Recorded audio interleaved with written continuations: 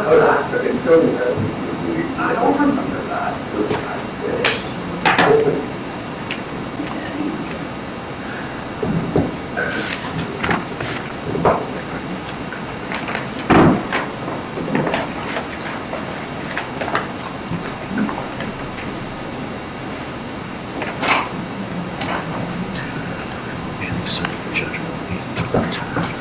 Okay.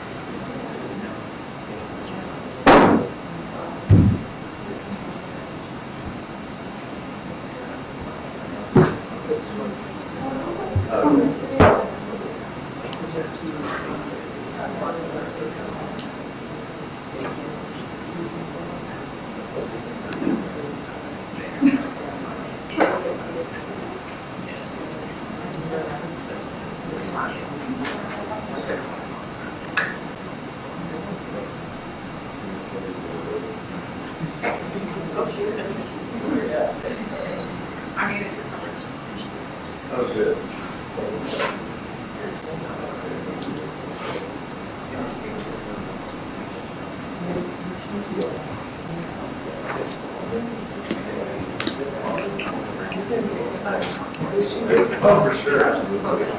Oh, that's right.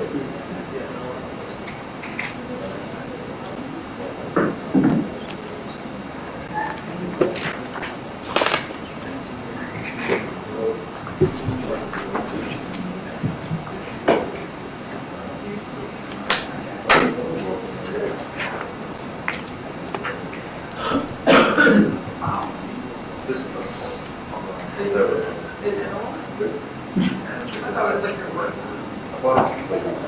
yeah.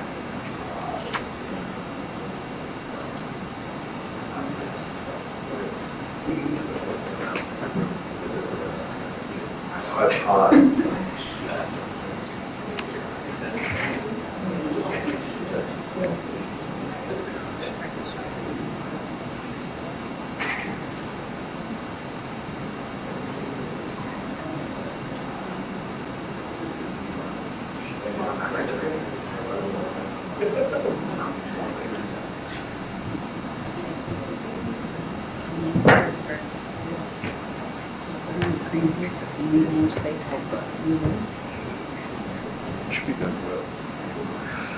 So Jason has now finished numbering everything according to the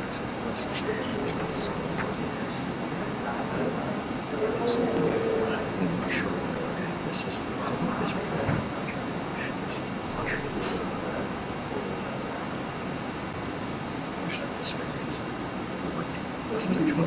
You'd like this to join him in his office.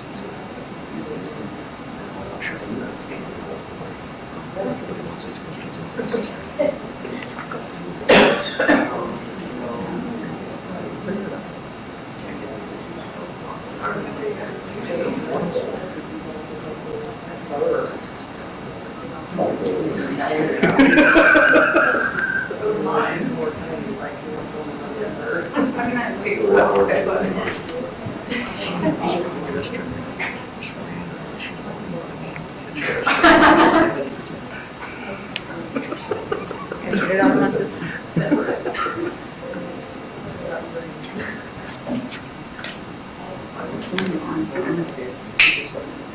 Yeah.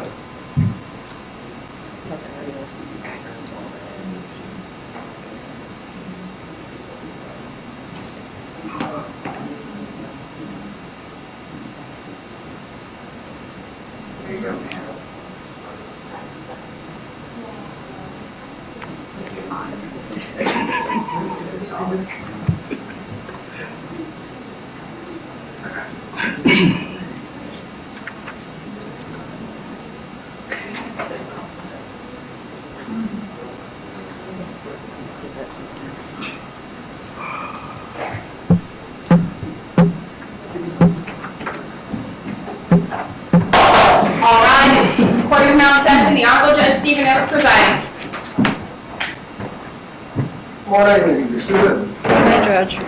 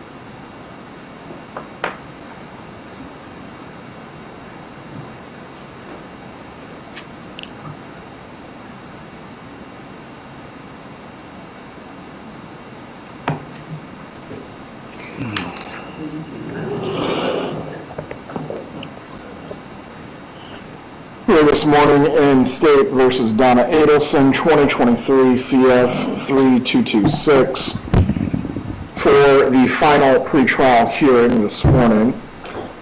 We're going to address all of the outstanding motions and also some matters pertaining to the trial, which is still scheduled for the selection of the jury starting on August 19th. The parties can make their appearances for the record. Georgia Kappelman for the state. Jackie Fulford for Mrs. Adelson. Joshua Zellman for Mrs. Adelson. I believe we have several defense motions to address. Ms. Kappelman, the state has not filed any additional motions in limine that have not already been addressed by the court. That's correct, Your Honor. Right. Let's start then with the motion in limine concerning the court file relating to the dissolution of marriage. Mr. Zellman. Thank you, Your Honor. Your Honor, as is my custom, I lay it out in motion. It's our position that the vast majority of the court file, even with the court taking judicial notice, is inadmissible. It's irrelevant.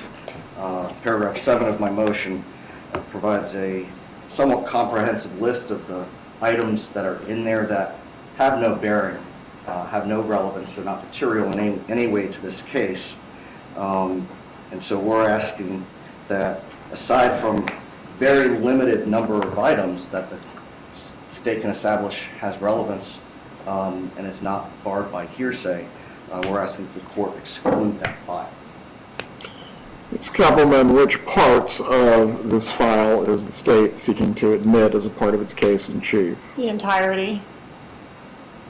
Right. As to the items that deal with, as identified in paragraph 7 of the motion, what exactly would be the relevance first, and what is your argument as to hearsay?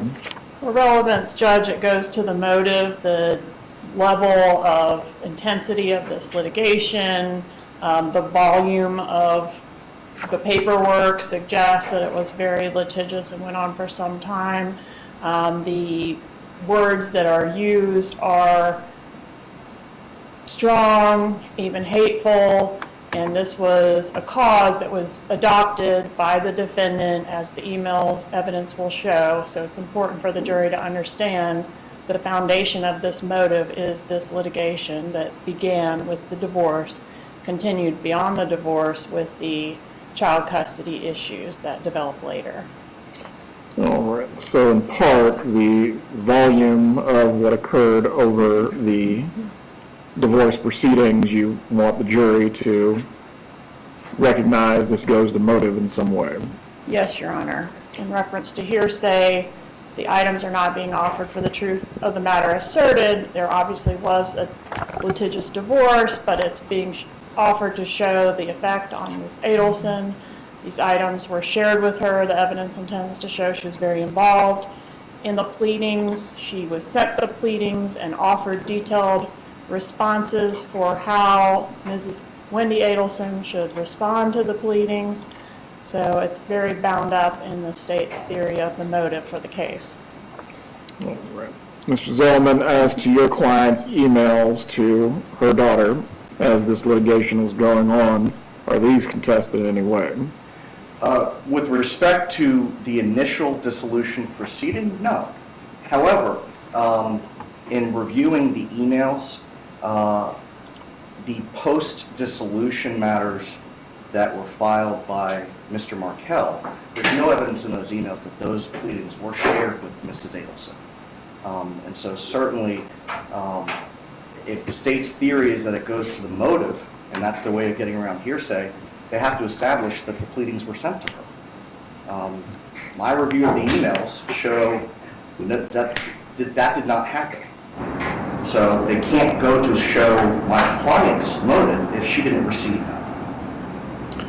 All right. As to any pleadings that correspond with emails or communications that were made by the defendant and otherwise demonstrate her role in or some part in the divorce case, as to those, I'm going to rule they are admissible.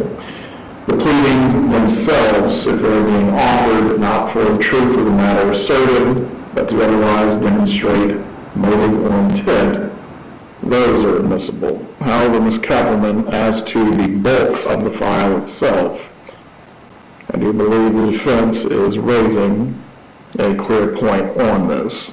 Absent a connection or a nexus between the defendant and specific aspects of the divorce file, what is your argument concerning it?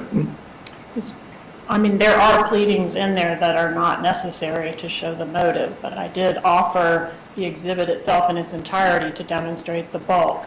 If Your Honor is not inclined to allow those pieces of paper that cannot be directly connected to the defendant, may I be permitted to show the exhibit as a demonstrative to the witness to verify that that is the entirety of the divorce file? It is permitted as a demonstrative. You may also ask questions that generally deal with the amount of filings and also the volume of the case, but ultimately as to responses for production or mediator notices, I'm inclined to agree with the defense as to that point. If there's not either a relevant connection or a nexus between the defendant's actions and then what occurred in the dissolution of marriage case, all of it does not come in as substantive evidence.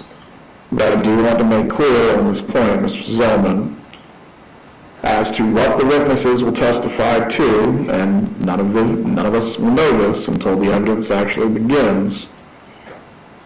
This file can be used for the purposes of impeachment, and it can also be used for purposes of rebuttal. Depending on what the witnesses say, what might be not a part of the state's case in chief may still be available to them through other means that are permitted by the rules of evidence. Is everyone clear on those? Yes, sir. Yes, Your Honor.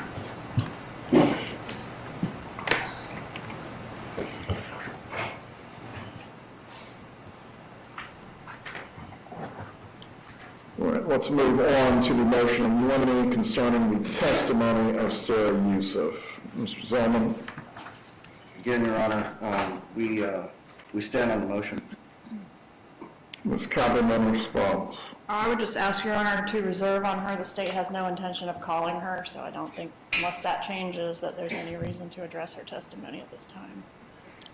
Well, and I assume you are going to leave Ms. Yousef available as a rebuttal witness if necessary. Yes. If a witness is not going to be called, it essentially moots the issue. On that point, Mr. Zellman, the state is not committing to calling this witness. If they do call them at that time, I will issue a ruling concerning your motion in limine. Yes, sir. As to any purpose of rebuttal, ultimately what comes out as a part of the defense case, Ms. Yousef still is able to testify in that capacity.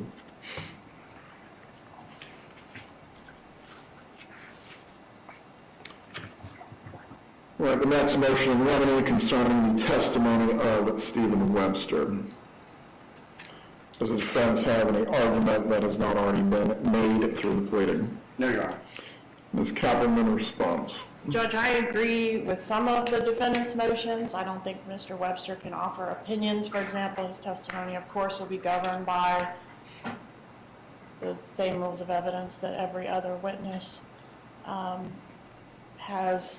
is governed by, but he does offer some relevant points, so I think I should be permitted to, I don't know, these motions kind of blow my mind because it's like we want to pre-litigate every statement, including potentially objectionable statements that can be addressed during the trial by a proper timely objection, so I would ask that it be handled in that way.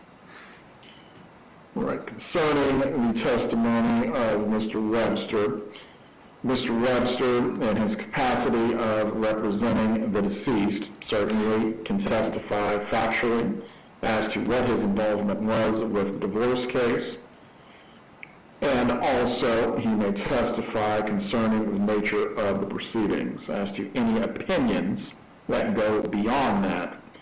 Ultimately, I think that's where we are going to have to get into what is being asked and what would be the response that ultimately the defense would find objectionable. But generally, as to any opinion that Mr. Webster cannot give without a proper foundation, I think it's settled as a matter of evidence that no witness gets to generally opine on matters in which they are not qualified to testify to.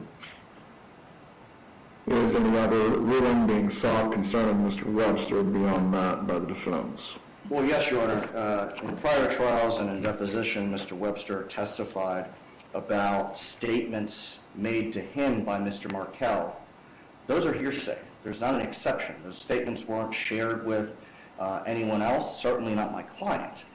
Those were statements that were made during the meeting in May of 2014 that Mr. Webster. There's no exception that I'm aware of under the hearsay rule for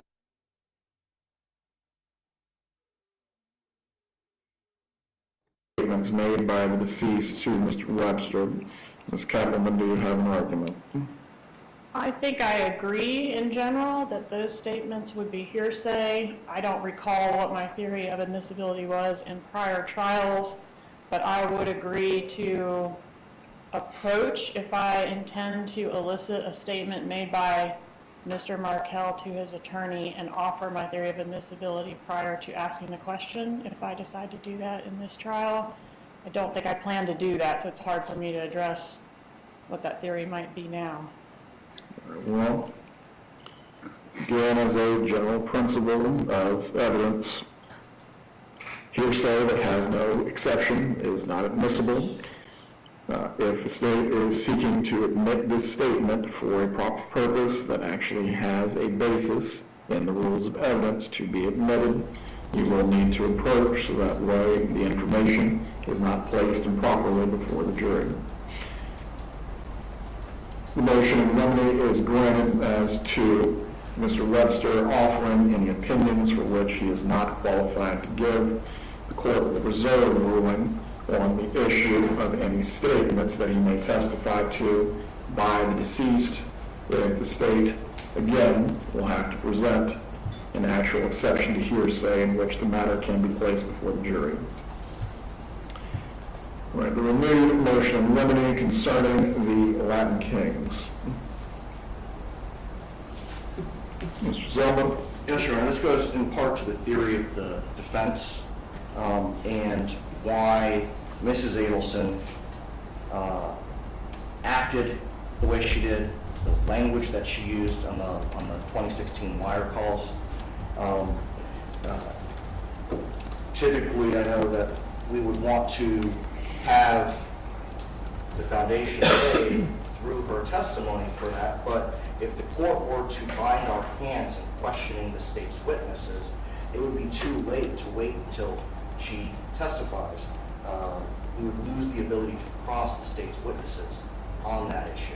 It's very limited. You have Luis Rivera. There will only be a few questions at most. Potentially Charlie Adelson, depending on when the state calls him. Certainly Special Agent I believe it's Jimenez. Now, in the last trial, he outright testified that he was, I guess, at least pretending or trying to influence your client as a member of the Latin Kings gang. Yes, sir. All right. To that end, Ms. Kappelman, what is your argument? Same as my argument has always been on this issue, Judge, which is that Rivera was a gang member. That's why he was recruited to do this. I think that's relevant. But the fact that he was a leader of a specific gang, I think, is just bad character evidence that doesn't lend anything additional, more prejudicial than probative, and I would ask to exclude those details. Similar to what we had in the last trial, as to this painting the character of Mr. Rivera specifically in a negative light, the court's ruling will remain the same. As to the witnesses, though, Mr. Jimenez or other witnesses that may bring up this topic unsolicited on their directs, once the horse is out of the barn, it's out of the barn. As far as any cross-examination of Mr. Rivera specifically, the defense may cross-examine Mr. Rivera as to his role as a gang member and why he was recruited into this matter to specifically serve a purpose as it relates to the conspiracy of the killing of Dan Markel. Now, with regard to undercover or the former undercover agent, this is where the analysis begins to diverge on this topic. He specifically approached the defendant as a Latin King member, correct? No, sir, my recollection is, I know that was his testimony, but I would instruct him not to say Latin King in the future. However, he didn't say anything to Ms. Adelson about being a Latin King. I guess that was his version of acting like a gang member. I don't know how well he did. Ms. Adelson didn't seem to think he did very well, but that was the intention. He did not represent himself to her verbally as a Latin King gang member. He was not wearing any clothing or other signifiers that he was a member of a specific gang. I think the idea was just, you're an associate of this killer who is a gang member. Any response on that topic, Mr. Zeldin? Just looking at his previous testimony. My role, I'll quote from page 1067 of the trial transcript of Mr. Charlie Adelson's case. Starting at line 20, question, can you explain what that operation was? Answer, my role in that operation, I was portraying a Latin King gang member and I was instructed to conduct the bomb. Continuing on 1068, question is, all right, when you say you were posing as a Latin King gang member, did you announce yourself as a Latin King gang member to the person you approached? I did not. Okay. So that's the role. That was my role. You're a character. That is correct. That is his testimony. And I believe that once, especially with the call that my client made to the undercover on May 6th of 2014, when he became verbally aggressive towards my client, that factors into his role as a Latin King gang member. And I know in the previous hearing last year, Your Honor questioned whether there was a difference between a Latin King gang member and simply a gang member. The answer is absolutely. In Miami, in South Florida, there is absolutely a difference between a gang member and a Latin King gang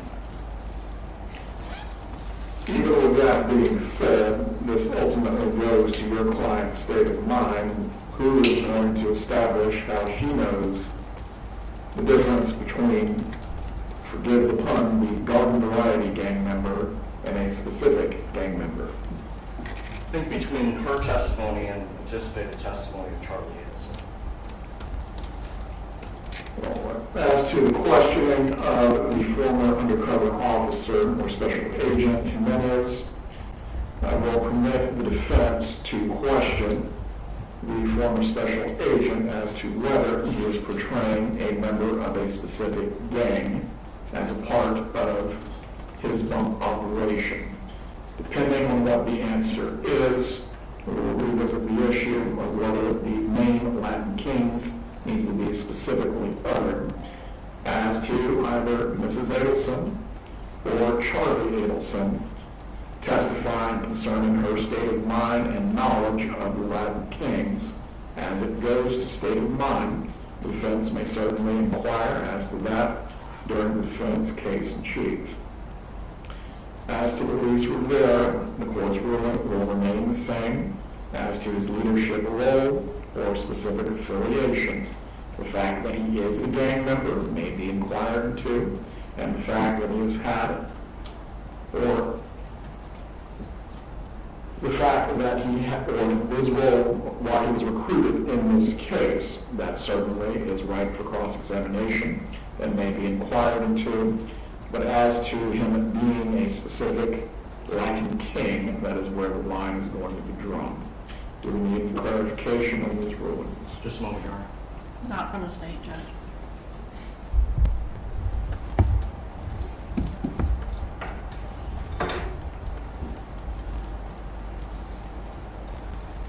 So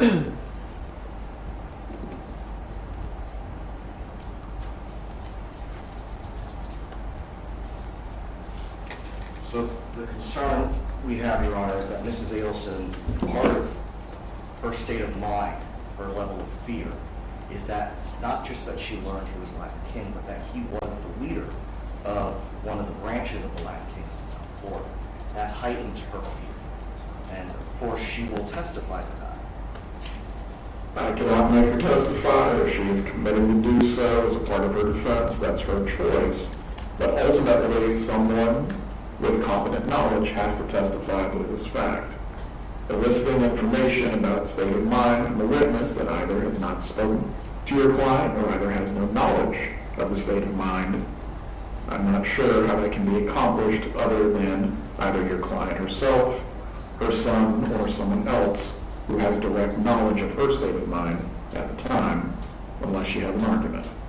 So I guess the way that we could accomplish that, Your Honor, is that Mr. Rivera, he is under a defense subpoena. We would ask that he remain for the defense case so that we can call him on our case in chief. That's fine. Mr. Rivera, as I recall, never had any direct communication with your client, but this is to elicit another relevant matter. That's correct, Your Honor. It would be, once we establish the foundation, I would want to recall him for the specific purpose of him confirming that he was a leader of the Latin Kings. Very well. Mr. Rivera will remain under the defense's subpoena until the conclusion of the trial. Let's move on to the defendant's motion of limine as to the interpretation of emails, recorded phone calls, and text messages. Which witnesses is the defense referring to concerning this motion?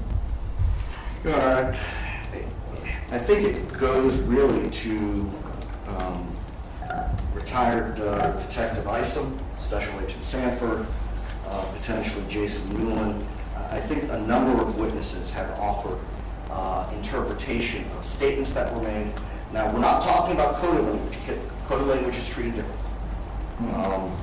What we're talking about is the emails, the recorded phone calls, and text messages, other than coded language. What we're asking of the court, because it has come out so frequently, that the court prohibit the state and, what's good for the goose is good for the gander, the defense, from asking someone other than an expert to offer an opinion about what someone means by an email, what they meant by a statement, or what they meant in a text message, aside from the language that's used itself. Ms. Cumberland, response? I agree, that would not be admissible. The motion in the limine is granted as previously raised in the argument on this matter. Any matters that would go to a code in which a witness could lay a proper foundation on this issue. Certainly they may testify as to that point, but any general opining as to what an email, a phone call, or a text message means will not be permitted unless there is a proper foundation that can be laid by that witness.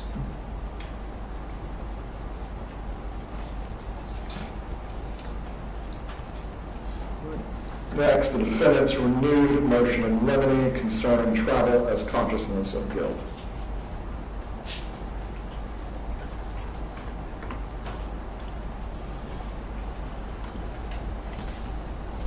Your Honor, I know that the court previously ruled on this issue and that allowed the state to use this information in their argument. The new information, as I laid out in paragraphs 4, 5, 6, and 7, I stand on the motion. Those additional pieces of information had not previously been provided to the court, and I think that it's significant because it goes to her state of mind for making the travel plans, and for going to the airport, and for stepping on the jet. If I'm recalling prior counsel's argument correctly, Mr. Rashbaum did raise the fact that there was no legal process, subpoena, or warrant for your client, correct? I believe that's correct, Your Honor. Response, Ms. Kaufman? Judge, I don't think this is new information. This was never disputed. I don't think it changes the analysis. On this particular point, the court has reviewed the transcripts of the depositions that were cited by the renewed motion, and the ruling will remain the same on this issue as before. These matters go to the weight of the evidence and not the admissibility. The jury, as the trier of fact, is going to decide what significance to give to the evidence. The defense also is free to cross-examine on all issues that pertain to Mrs. Adelson being free to travel. The matters that have been previously raised within the motion to suppress and ruled on as to the phone calls and other evidence, that also will be presented to the jury as well. They will make up their mind. Thank you, sir.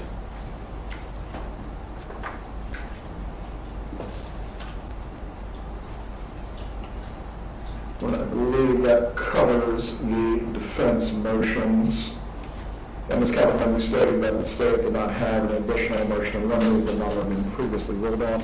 That's correct, Your Honor. Judge, there's one additional one also filed on July 21st concerning the opinion testimony of Jason Newell and Patrick Sanford.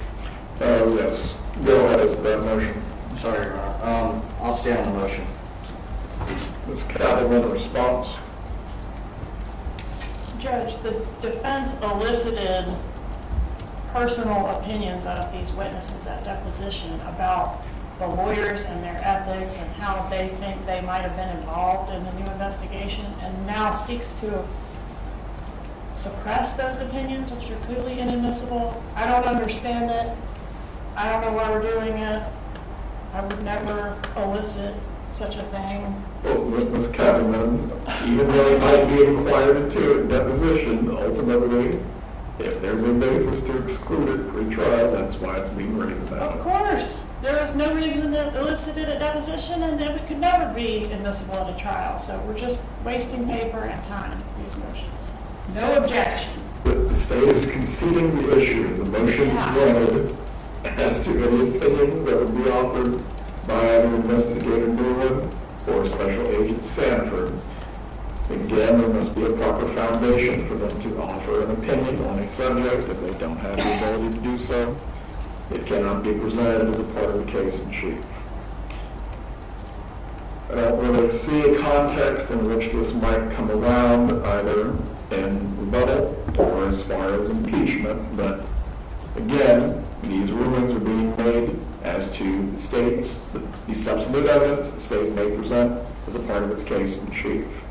If it needs to be readdressed as a matter of either impeachment or rebuttal, I'll take it up at the appropriate time.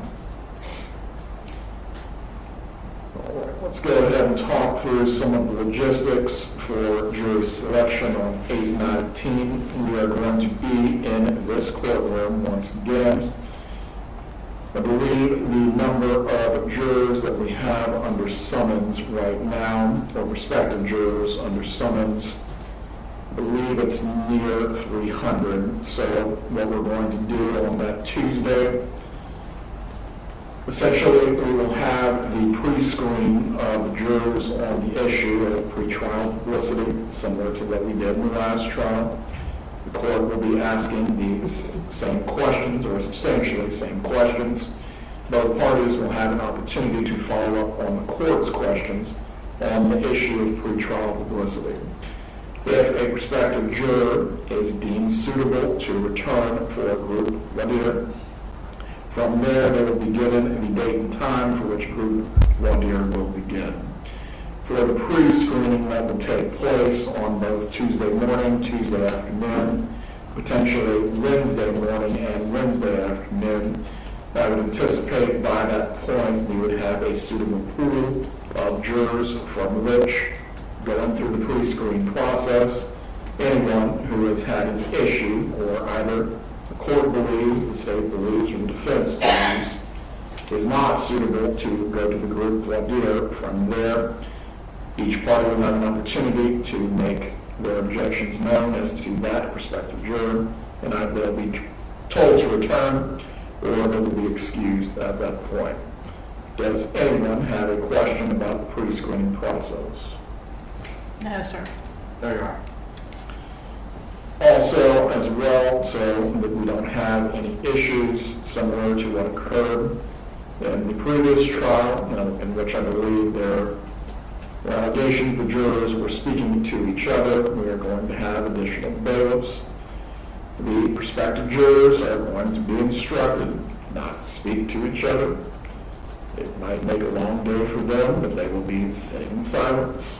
We will provide reading material to them, and we will have extra bailiffs on hand to ensure that no one is speaking to each other while they're waiting to be screened. Does anyone have anything they need to raise concerning those? Is it your Honor's intention to handle the pre-screening, I don't know what it's called, instructions that happen down in jury assembly? Yes. Okay. I believe last time, I'm not sure if someone else qualified or not, but for each group that will be qualified, I will do it personally, so that way from beginning to end, they are seeing me, hearing me, and understanding you're not to discuss the case or anything else with each other. Perfect, that's the state's request. Judge, how many of the 300 are coming each day? Broke it up into groups of 50. So 50 in the morning, 50 in the afternoon. We may not even need to get to the end of this grouping altogether if we are able to go through the pre-screening process on the issue of pretrial publicity. Once we have, say, 100 to 110, that's more than enough to get 12 people.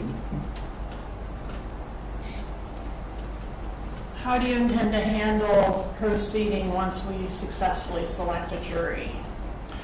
Once we have selected a jury at that point, and also I believe too, we'll need at least 2 alternates unless the parties wish to have 3. We defense request for Your Honor. Very well. Then once we have our 12 jurors and 3 alternates, at that point we will swear them.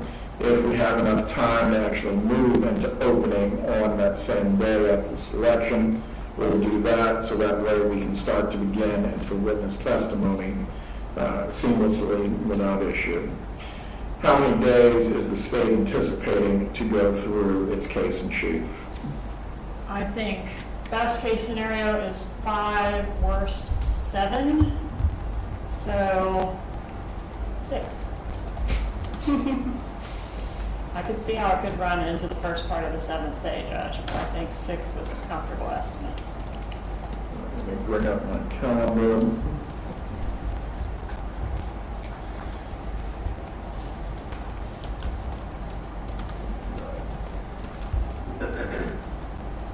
Assuming that we have a jury by Friday the 22nd, then we'll have that in place August 25th through September 2nd as the state's case in chief.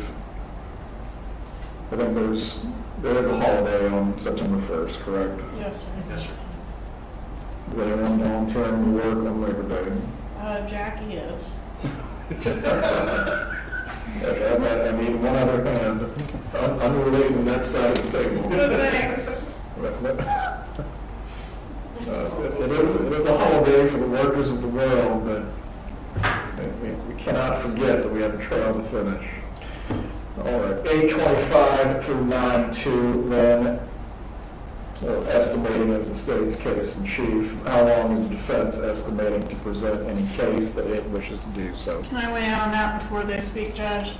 We have historically picked a jury in 3 days at the longest. Twice we did it in 2 days. So my suggestion would be to start on Friday.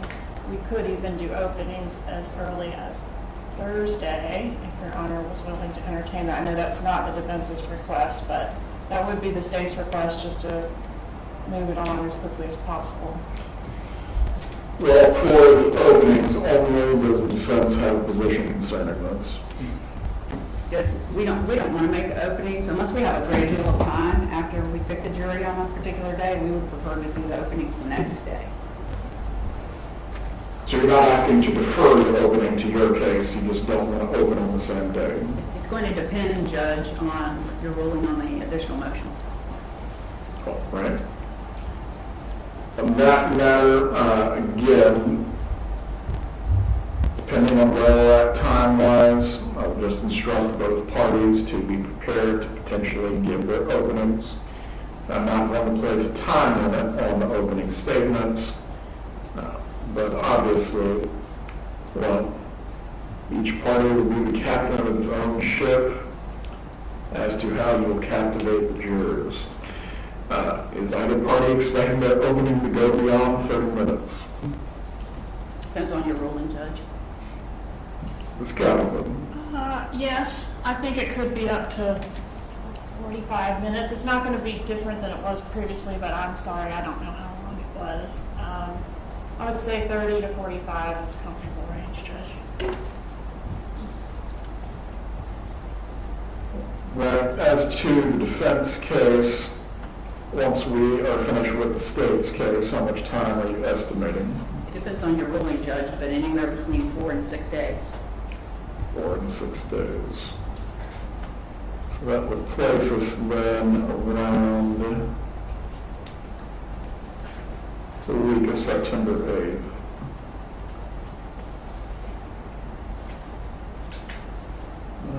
Concerning any other matters that we can address as the logistics of the trial, I believe we will have rooms available for our family members, both for the victim's family and for the defendant. Do the parties anticipate making use of these rooms? Yes, Your Honor. Yes, sir. Right. Please contact court administration. From there, you'll receive information as to how to access the rooms and when they will be made available. Judge, can I clarify your intentions about when to start testimony? Go ahead. You intend to start testimony on the 25th, is that right? With the possibility of openings having already been conducted?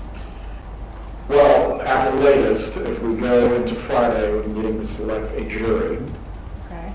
If we get a jury, if we get a jury prior to that Friday on, say, the 21st, really at that point, there's nothing preventing the testimony from getting started on the 22nd.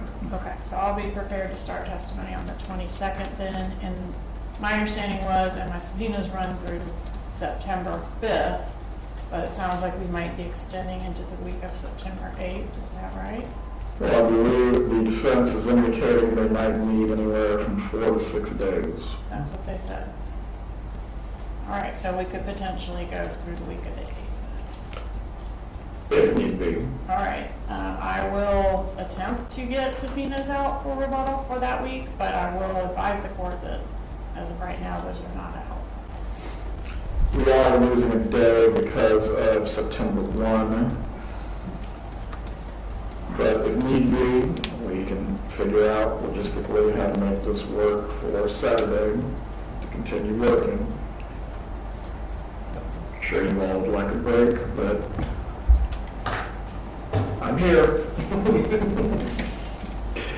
Parties have any matters of logistics they need to raise concerning the trial. Yeah, Judge, we're going to have an issue regarding space. We're not all going to fit here. We also don't want our computer screens facing cameras and the audience being able to see what's on our computer screens. I have become very old, and the font size I use is very large, and probably someone in the back row can see what I have on my computer. So we're going to need to have, I understand we're blocked by this column, Right. but we're going to need to have some kind of setup where we can put our things and our defense not be disclosed ahead of time to the media and blogs and this and that. The second thing is these microphones used to have the ability that you could touch it and it would turn off. My client is hard of hearing, so she talks loud. So everything she says is going to be picked up. This one is now set up so you have to press it each time you want to mute it. And right, press and hold, you gotta hold it down for it to continue to stay muted. And we're gonna ask if the court admin could put it back to the function where we can push it off. I don't think there's gonna be any opportunity in the trial for someone to not pick up on a recording Mr. Zellman's voice. He's very loud. I tend to be loud too. So it's not going to be a record issue in our position, but it's certainly going to be a problem when we're trying to speak to our client about something because it's going to be heard. Well, in front of the jury, definitely understand the concern that you're registering with this. We'll inquire as to what can be done for the microphone on the table. If your client does need to write things down, so that way nothing is being given away, that might be the easiest way for that to be handled, but that requires the microphone. The seating set up in the gallery, I believe the first two rows behind the defense, those are not going to be available to any members of the media. As far as the font size of your computer, if you need to rearrange how you're seated at the table, so if you need a seat on the far left, or my right, your left, so that way your computer can face the wall and no one can see it. I don't really know what I can accommodate you with as far as that font size beyond that. Well, the problem is the end of the table it's not open. It's the leg of the table. So I don't know if we can add a little something, another table that is the same size. What I've tried a 3 co-defendant first degree murder trial in this room before, and what we had done was one table was between the column and the bailiff's box. There was a table here and then this table here. I think that if we could put a table to our left, that might be one way of accommodating this theme. Right. Please make a request then, and then we will figure out the best way to try to configure the tables. Ultimately, for what needs to come in with, I believe the state is going to try to, or needs to bring in its equipment, audio equipment. Yes, Your Honor. All right. Because of that equipment and how it will need to be set up, the tables and how they're configured can't interfere with that, and we'll try to accommodate that as best as possible. Comment as to the audio-visual needs of the state, other than what has been used before with the audio setup. Is there anything that needs to be addressed? No, sir, it'll be the same setup with the same company. All right. Probably then they'll need to get started by the 15th in this room, so they can set up all equipment, test the equipment, and if there's any problems, we'll be able to figure out what needs to take place before we actually get started on the 19th. All right. For the media presence that will be here as well, I believe it will be similar rules as it's been in the past. There will be one live video camera, there will be one still frame camera. Obviously, the bloggers and reporters, they are permitted to take notes as if they were print journalists. But the initial rows behind the state, Ms. Kappelman, I assume the victim's family is wishing to appear. Yes, Your Honor. All right. They will receive priority seating with regard to how they're positioned in the gallery. After that, it will be free to the public and the press to seat in all areas that are available. Does either party need to be heard concerning those? Your Honor, we're also going to need space for our client's family and friends who are going to be coming to support her as well. And we would request that they have similar priority seating as the victim's family. That's what the 2 rows will be behind the defense that will be available to family and friends. Again, similar to last trial, other than the video recording and still frame photography recording, beyond that, No cell phones are to be out recording any other matters or trying to take photos of the witnesses or the jurors. I believe similar in the last trial when Special Agent Jimenez testified, his face was not shown, obviously because of the nature of his past work. The court will just make the same ruling concerning that as well. His face is not to be shown, but of course the substance of his testimony certainly may be reported on by anyone who believes it is newsworthy. During the selection of the jury, the faces of the prospective jurors are not to be shown. Their names are not to be shared. But as far as any biographical type of data, such as the composition of the jury, being, for example, 7 male, 5 female, what their professions are, those are certainly able to be reported on by the members of the media and disseminated. But ultimately, what I'm getting at is names and faces, so we don't have any disruption or disturbance during the trial. Do any of the parties have any questions concerning those? No, Your Honor. No, Your Honor.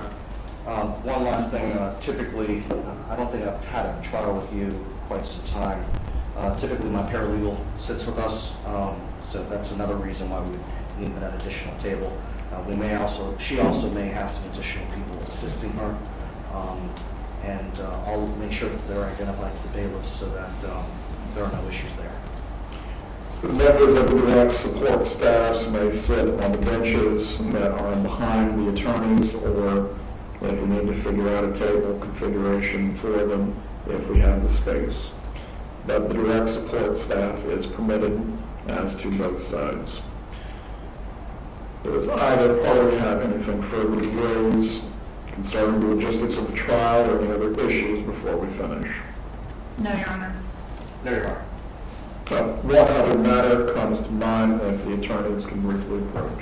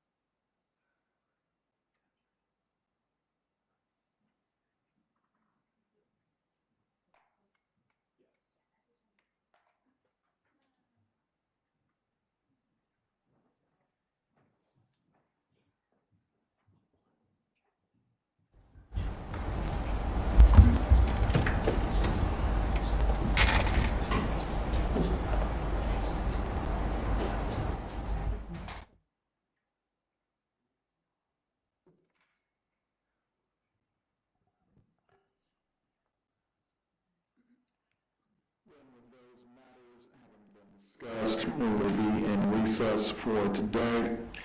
The jury selection will start August 19th at 8:30 in the morning after the initial group of jurors has been qualified. From there, we will move into the pre-screening process as previously discussed. Have a good day, everyone. Thank you, Judge.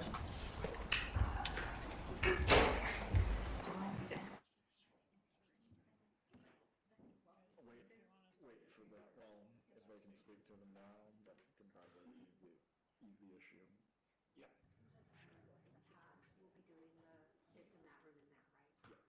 Okay, just so you know where we're setting up.